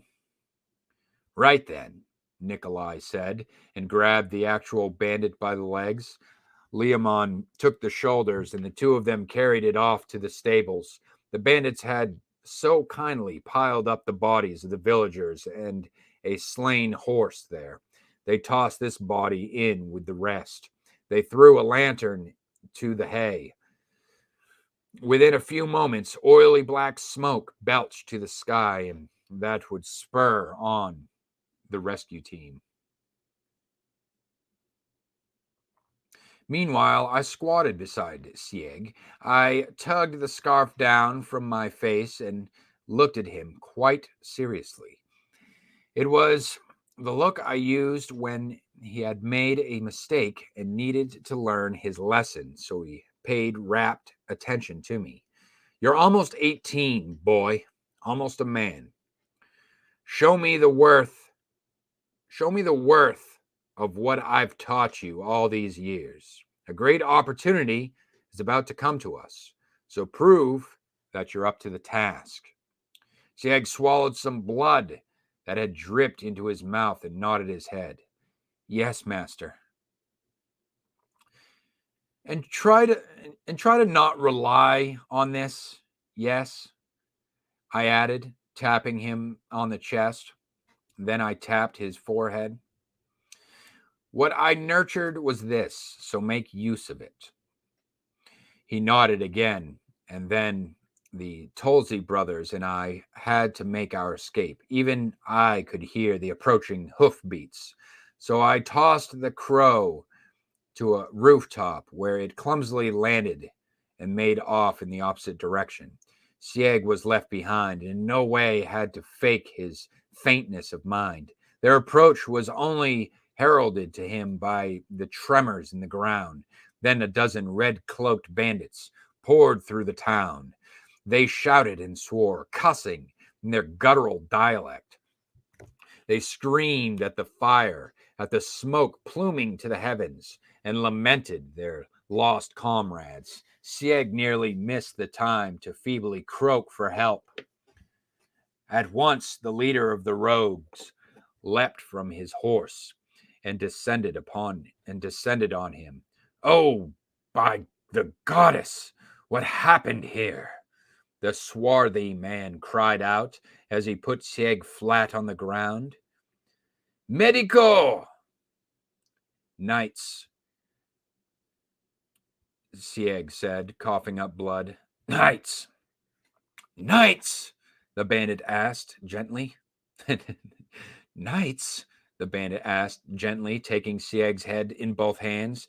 The man wetted his lips, gently put his thumbs to the boy's crooked nose, and asked, What knights? Then he snapped it back into position. Sieg screamed. He snorted more blood out. His whole face felt ablaze as swelling spread from cheek to cheek. Then he made no effort whatsoever to stay awake. The bandit screamed again, half fear and half war cry. The medic shredded the helm of Sieg's shirt to bind his wound. At the leader's order, they tied him onto one of the horses and departed with barely enough time spent to retrieve the coin purses and swords. The bodies they left behind as they fled back to their encampment. Not one of them questioned why the town's lone crow ignored the plentiful carrion to roar to. Not one of them questioned why the town's lone crow ignored the plentiful carrion to soar after them into the sand-swept hills. So I'm assuming maybe the crow is how the wizard kind of keeps track of things. A note from Craig. The accelerated release schedule is because I am celebrating the release of my second self-published book, Ship of Foals. It's a military sci-fi. If you'd like to support my work, you can pick up a copy on Amazon. And links will be available. And if you guys want to continue this, I will leave a link in the show notes for The Undying Emperor. Let's see where the bandits take our hero here, or the man of conquest, the pawn, the wizard's pawn, I should say. And for those of you who don't know, if you want me to read something of yours, you can share a link with me to. It could be through your own blog. It could be like through your Royal Road, your Wattpad, or a Substack, anything like that. So long as I can have access to it, I'll read it live on the air, a sampling, or if it's flash fiction or poetry or an essay or an editorial. And I want to make it clear up front that you guys are welcome to download any of these episodes that you want. If I've ever featured any of your work on any of these shows, you're welcome to download any of these shows, and you can edit them however you want. You can make clips for them and use them for your own marketing and advertising purposes.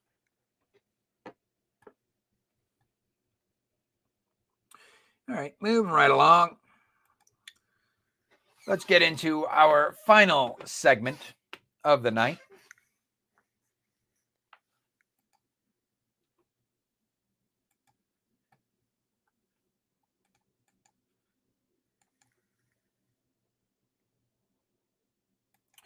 So Rachel was saying, oh yeah, book 2. So book 2 and your book of poems came out.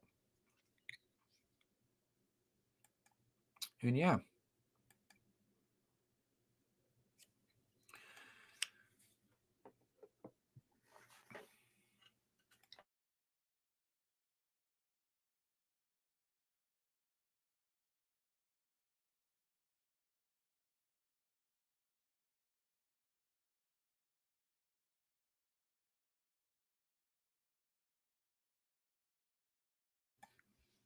All right, let's get into the final segment of tonight, and that is some featured media. So just like with reading time, except this is media. So if you have like audiobook samples, you have book trailers, you have YouTube videos that you'd like me to check out, whether it be like a web series, we've done video essays, or it could be like writing videos.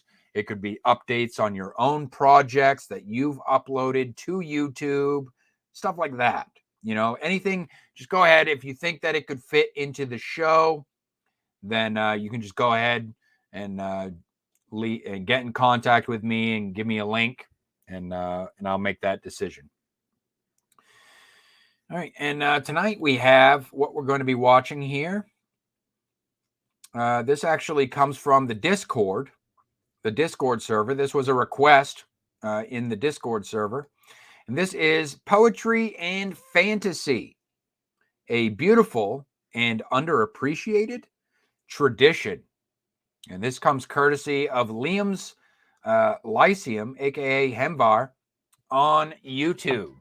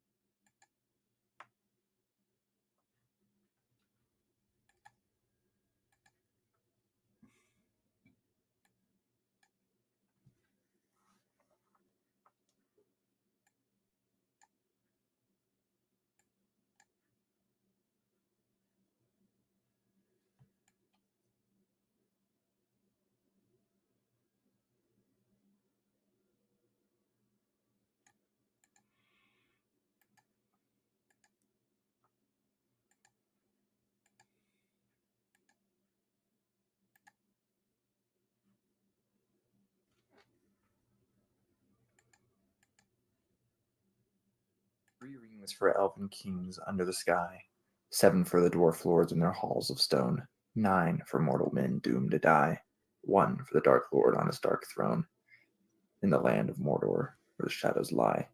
1 ring to rule them all, 1 ring to find them, 1 ring to bring them all in, and in the darkness find them, in the land of Mordor where the shadows lie. I should have grabbed my 1 ring for that, but I forgot to. But anyways, hello everyone, welcome to Liam's Lyceum. I'm your host Liam, aka Hemvar, and today I want to talk about poetry. So I probably recited the most, or read rather, the most famous fantasy poem, well, probably of all time. And when we think of fantasy and poetry, we probably think of Tolkien. I'm going to guess most of you think of Tolkien. And you're probably not thinking of, well, a lot of you probably aren't thinking of anyone else. So maybe you'll think of someone like Stephen Erikson. He is someone who has still put some poems in his books, so something I appreciate. This is not really like a deep dive.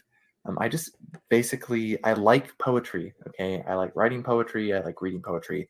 For those unaware, I partake in Poetry Thursday. Every Thursday I share a poem. And I actually, just the other day, recorded The Hashes Eater by Clark Ashton Smith. That'll be coming out next week, actually. And it's easily the longest poem ever recorded. It took me 25 minutes.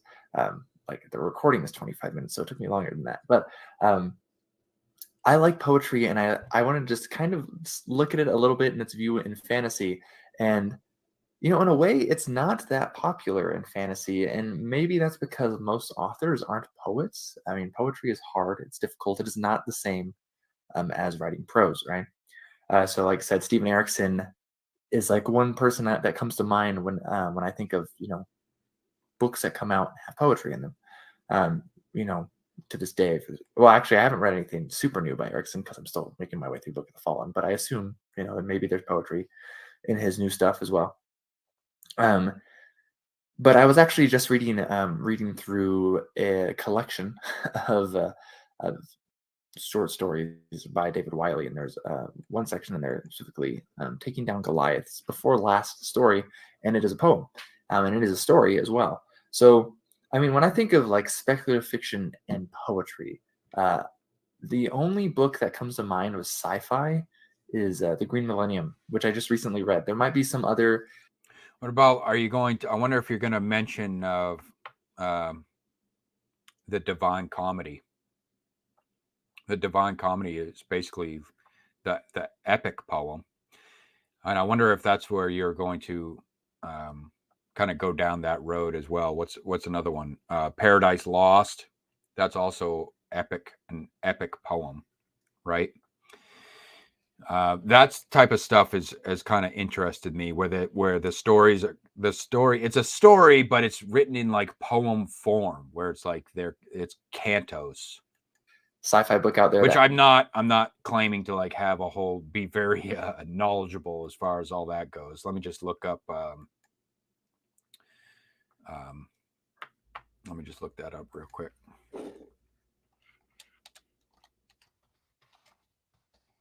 It's been a while, but I have read. I haven't read the entirety of the Divine Comedy, but I have read Dante's Inferno.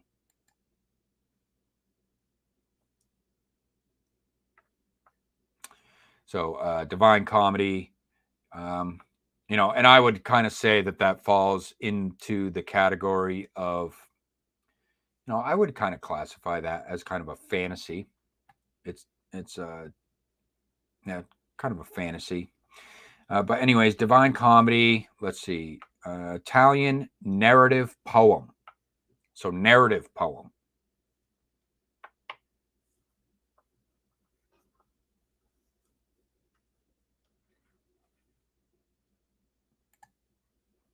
Anyways, yeah, I just wanted to bring that up. That has poetry in it. I guess technically there's a song, I believe, in one of the volumes of Book of the New Sun. Because what you were saying, it's different than prose, like poetry, and I agree. Things can be poetic. You can have poetic prose, but poetry and prose, I don't know. They can kind of blend depending on the writer. I mean, they can kind of blend together, but they can also be mutually exclusive as well. And that's science fantasy as well. So, question for you: do you like? I think I already know the answer, but do you get into the really purple prose type of stuff? It's typically more in fantasy, and I think I have a kind of a guess why, but I'll mention that in a minute. So, like I said, I mentioned David Wiley, Stephen Erickson, and Tolkien, of course, is this big one. I know some people are probably watching this who are like, I skip over all the poems in Tolkien, and shame on you. No, I'm just joking. You can do that if you want, obviously. I like the poems. I think it lends a fun aspect to it because, well, basically because they're part of that world, right? So it helps for the immersion, I think. But I think also if you're looking at Tolkien, you'd want to mention someone like William Morris, who has more poetry, probably arguably, in his works than Tolkien does, especially since some of Morris's works are just straight up poems. I realize some of Tolkien's are as well, but I don't know if any of those were published in his lifetime. I think all of his works that are just like lays and stuff like that got published after he had passed. So he wrote it, of course. And we have something like The Hobbit and The Lord of the Rings, which have poems in them.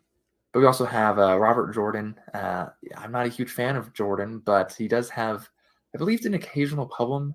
Maybe they're more of like epilogues of sorts. There's the one about riding on the winds of the rising storm, I believe, is from the Crossroads of Twilight, which is literally the best part of that book because that book is pretty bad. But this nice little poem, I believe that it's at the end, is pretty nice. And I think of Clark Ashton Smith, who I don't know if he ever included poetry. Yeah, I haven't read a ton by Smith. I really liked what I've read, but I'm not sure he ever included poetry in his fantasy writing, his horror kind of, whatever you want to call it, sword and sorcery, dark fantasy stuff. But he's a big poet. In fact, I like Smith more for his poetry than I do just for his like fiction. There's prose fiction rather. It's similar with Morris. I actually like Morris's prose romances, even though like something like The House of the Wolfings, the first prose romance by Morris, is I would say largely more poetry than prose. But then you have someone like Robert E. Howard, who actually is quite a good poet. I would say he's not like the best, but I like a lot of his poems. I share some of those actually on my channel.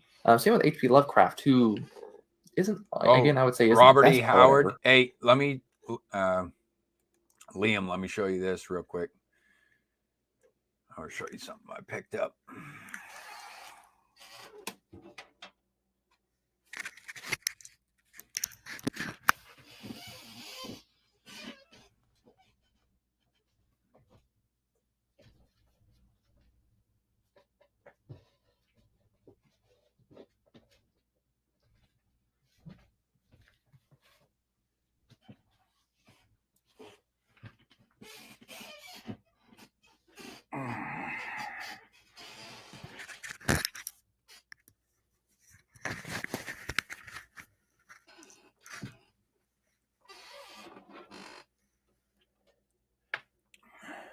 You you are Robert E. Howard fans out there. And check out this sucker. I picked up this bad boy. It's thick. Thick. The Complete Chronicles of Conan. I picked this up a couple weeks back.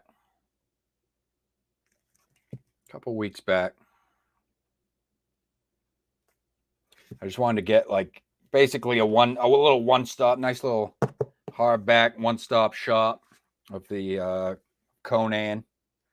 And this book is nice. It's nice. It's got some little illustrations in there.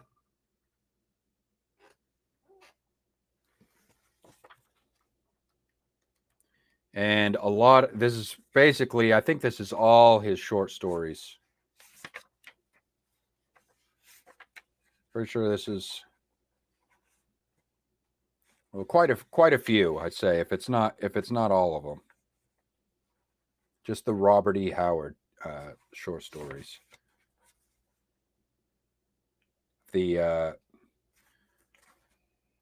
not very knowledgeable in the Robert E. Howard, but see, there's quite a list there.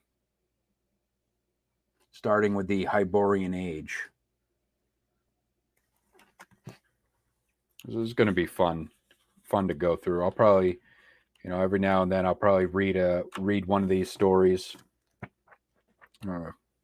During the summer, go outside, read a story, smoke a stogie. But I thought you'd appreciate that. I'll show you that because I know you're into the sword and sorcery stuff.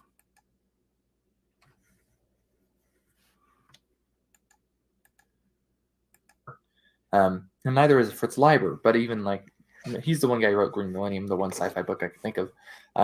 But he even has the occasional poems in his other stuff, very occasional. He is a Shakespearean actor, actually, so that's not super surprising. But I think when we look specifically at this relationship with fantasy and poetry, if you look at Morris and Dunsany even as well, they're some of the more important figures. In particular because Morris is his recreation, his point of his prose romances, right, are a recreation of medieval romance, chivalric romance. That is what he's trying to do. And because he didn't like modern society and yada yada, but Morris is in large part where we get at least the Tolkien avenue of fantasy is in large part from Morris. I think I would need to do more studying on my own, honestly, but I've seen one source claim that his third prose romance, The Story of the Glittering Plain, is the first fantasy story to be set in a secondary world. If that's the case, then it's very obvious how he's important in that case. But he's important regardless. He is like one of the biggest influences on Tolkien. I would recommend you go and read him. I like Morris a lot. He's definitely not for everyone, though. He's very archaic and poetic. But it's this recreation of this medieval that he's trying to do that I think is kind of important, right? Because if you go and read many medieval works, they're poetry. There's a lot. There's some in prose as well, right? But like stuff like The Song of Roland or Sir Gawain and the Green Knight, Piers Plowman, Beowulf, The Canterbury Tales, that's all poetry.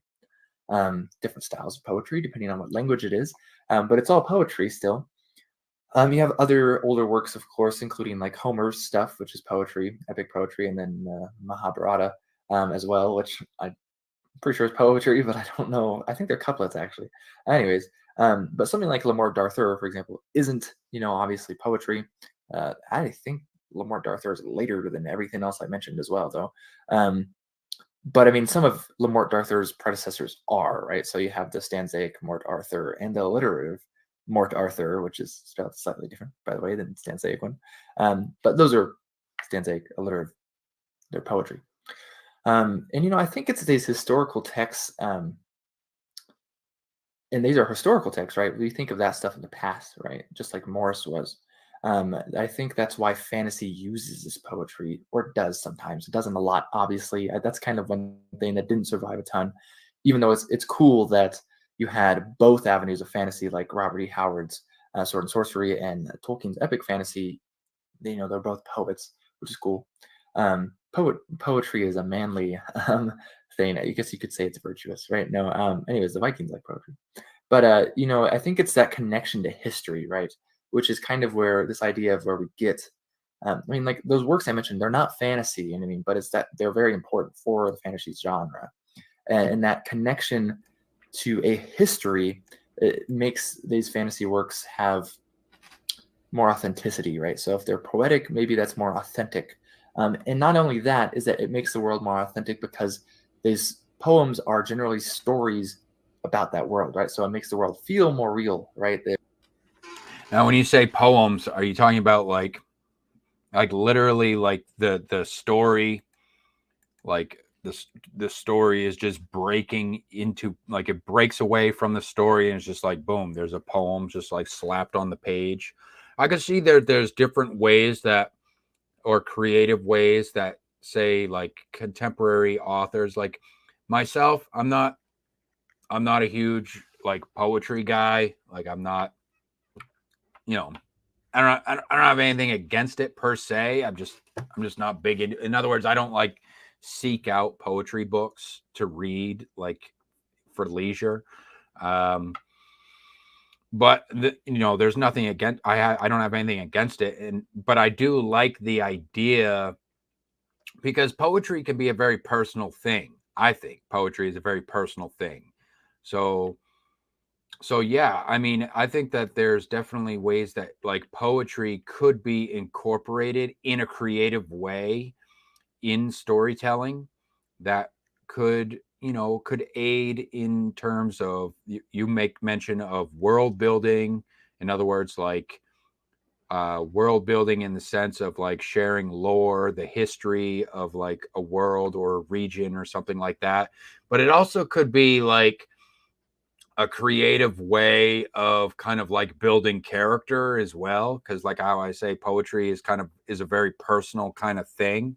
So it could be like a way where, like, say there's like this ongoing thing like throughout a novel where it's known that one of the characters writes poetry, right? Like, so they have like they have like a book or something like that, like a notebook or something, a journal, and they write down their poetry. So say it could be like something like at the beginning, at the actually it would probably be cool if they did it at the end. So like at the end of like every chapter, there's like a so at the end of the events of each chapter, there would be like a poem just kind of sitting there at the end of the chapter that implies that the character wrote that poem based on the events that transpired during the chapter, without actually just saying it. It's just boom, it's just there at the end. Different type of ideas like that. I think, for sure, I definitely think that poetry, I think that would be a cool mix. One idea that I had was like, I was thinking about doing, except it's kind of in the same vein because like music lyrics are effectively poetry. But I was thinking of like, if I like wrote a story that was about a band, and I was thinking about doing something where like opening up a chapter, or there being included somewhere within a chapter, there would be a song that's being played by the band that would be implied, and then there was the lyrics to that specific track that they're playing is included in the chapter.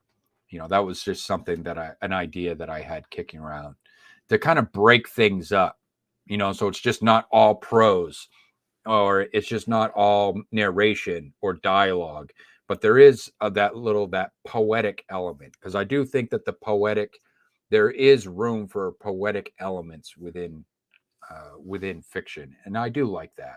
I'm not a purpley prose kind of guy. Like I don't like when the prose is too flowery, to the point where it's just like, okay, what are we talking about here? But I like when it flows. I like when there's like a certain flow to it. too. It doesn't necessarily have to be rhymey, but I've done that in my style as well, where like things kind of like are rhymey. You know, it kind of comes out of nowhere. There's a flow, there's an ebb and flow to the narrative prose as well. I like that. There's a verisimilitude that you can get from having poetry in the secondary world. Besides that, I just wanted to say that poetry is awesome. This is no deep dive, just some quick, brief thoughts. I'm curious if y'all like the poems. If in stuff like the Lord of the Rings, that's probably the biggest example, you know, that most people or a large amount of fantasy fans have read. And then if not, like, if you don't like them, then maybe why? Because poetry is basically just song, you know what I mean, in some sense. So what's wrong with you? But then also, like, I would invite you, if you haven't already, to explore maybe some other speculative fiction authors, like fantasy, science fiction, horror authors that are also poets. I mean, like, you could go and read Lovecraft's poetry, Robert E. Howard's, Clark Ashton Smith, and honestly, like, for me, I've always been a big fan of Tolkien's poetry, but I would put Tolkien as like maybe my third favorite speculative fiction like poets. I would put William Morris above him. Like, William Morris is just a better poet, and I would put probably Clark Ashton Smith above Morris, because I just think Smith is one of the most imaginative people to ever touch the genre. If you think Michael Moorcock is weird, you need to read some Clark Ashton Smith, because that guy is insane. If you think Gene Wolfe is hard to read, you need to read Clark Ashton Smith, because that guy's vocabulary is insane. Would you consider F. Scott Fitzgerald poetic? Morris's vocabulary is different as well. In fact, if you think Tolkien's archaic, then Morris is way more archaic, actually. And so, I mean, these guys teach me words, which is half the reason I like them. But anyways, that's just my brief thoughts on fantasy poetry. Do you think my assumption as to why it was kind of important makes sense? I don't really have a reason why it's not so important, besides the fact that poetry is hard, and, you know, not everyone wants to take the time to be a poet, and it's not really considered much of a virtue these days. Like, they don't really make you write poetry in class. I don't think I ever had to write a poem besides like a haiku, right? Which is pretty easy in some senses. You know what I mean? To do it in okay. I mean, come on. Let's be honest. Men write poetry because they want to impress broads. Come on. Pretty easy. I'm sure it'd take more to master a haiku. But anyways, those are my thoughts. As been Liam Williams Lyceum. I hope you're having a great day, a great week. Oh, thanks. Thanks for sharing that with me. If you catch this on the replay, then, you know, let me know. Let me know what you thought. All right. We're going to move things into we're going to start wrapping up the show here. We're going to start wrapping up the show, but I got one more thing to do in the wrap up. I've now moved it to the wrap up, and that's addressing some of you guys' comments that you leave me throughout the week. So first thing first, let's pick out some theme music while we explore the comments. We address some of the comments. Let's pick some theme music, shall we? And what are we going to do this week? Let's go with, how about we go with a little Mamacita es muy bonita en las chancletas.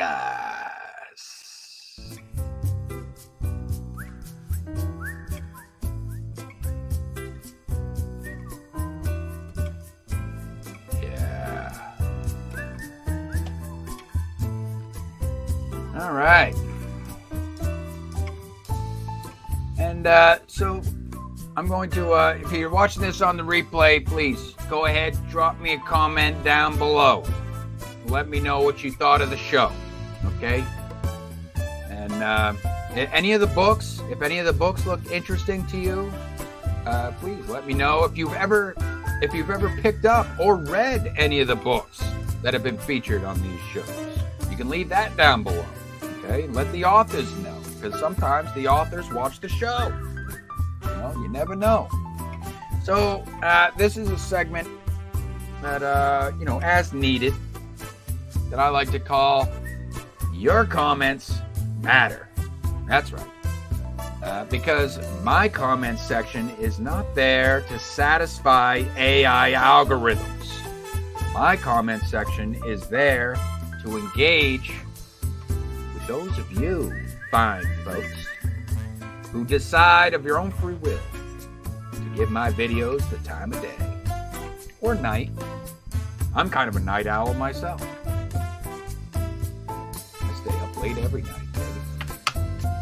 I was up all night.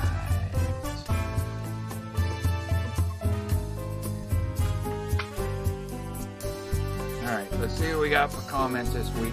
Who's stopping by the channel? Who's checking in?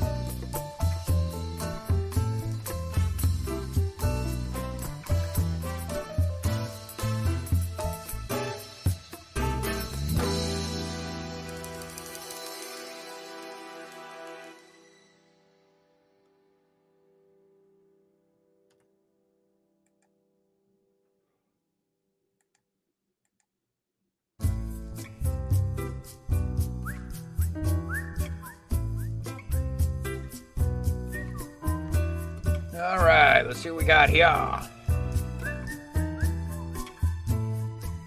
That was Nicole. So this is from last week's stream. This is someone new to the channel here, but I've heard the name before. R.H. Snow. Author R.H. Snow stops by the channel. This is from last week's stream, Wrangle. Where it had Richard from Iron Age Media on there talking about his new magazine, Anvil, which I guess just passed the $10,000 mark on their campaign. So kudos to those guys over there. And RH says, yay! And so great to see this. What a fantastic day. All hail the Iron Age. Yes, indeed. I like how they had the yes, indeed right there. Reading my thoughts. The AI is reading my thoughts. Then speaking of the devil, Iron Age Media, same stream. Thanks for having me on. Yeah. You're welcome anytime, man. Let's see. And we have the right mindset. Oh yeah, so I was talking about moderators. I was handing out some wrenches this past week. Moderators here. So we had the right mindset. We got Doorway to Nightmare stopping by, showing some thanks. Thomas Heaton. Thomas Heaton last week. So same stream. Just wanted to give a shout out to Rowena Redmond. Yes, she had a fantasy novel that was mentioned during last week's stream. And apparently, Thomas is an old university friend of hers. So we just wanted to congratulate her on her amazing new novel. Very kind of him. We got Herman P. Hunter showing his thanks. And then I had mentioned before earlier in the stream, you guys, that the creators of Doorway to Nightmare expressed that they're looking for more female talent for future episodes. So if that sounds like fun to you, then you can feel free to contact Winslow Swan at yahoo.com. You can give it a try. And that is it for me this week, ladies and gentlemen. And like I always say, I hope y'all had some fun. I hope y'all discovered something new. But hey, don't fret, because guess what? I'm going to be back here for you next week, same time, 9 p.m. Eastern Standard Time. That's 10 p.m. Have a good week.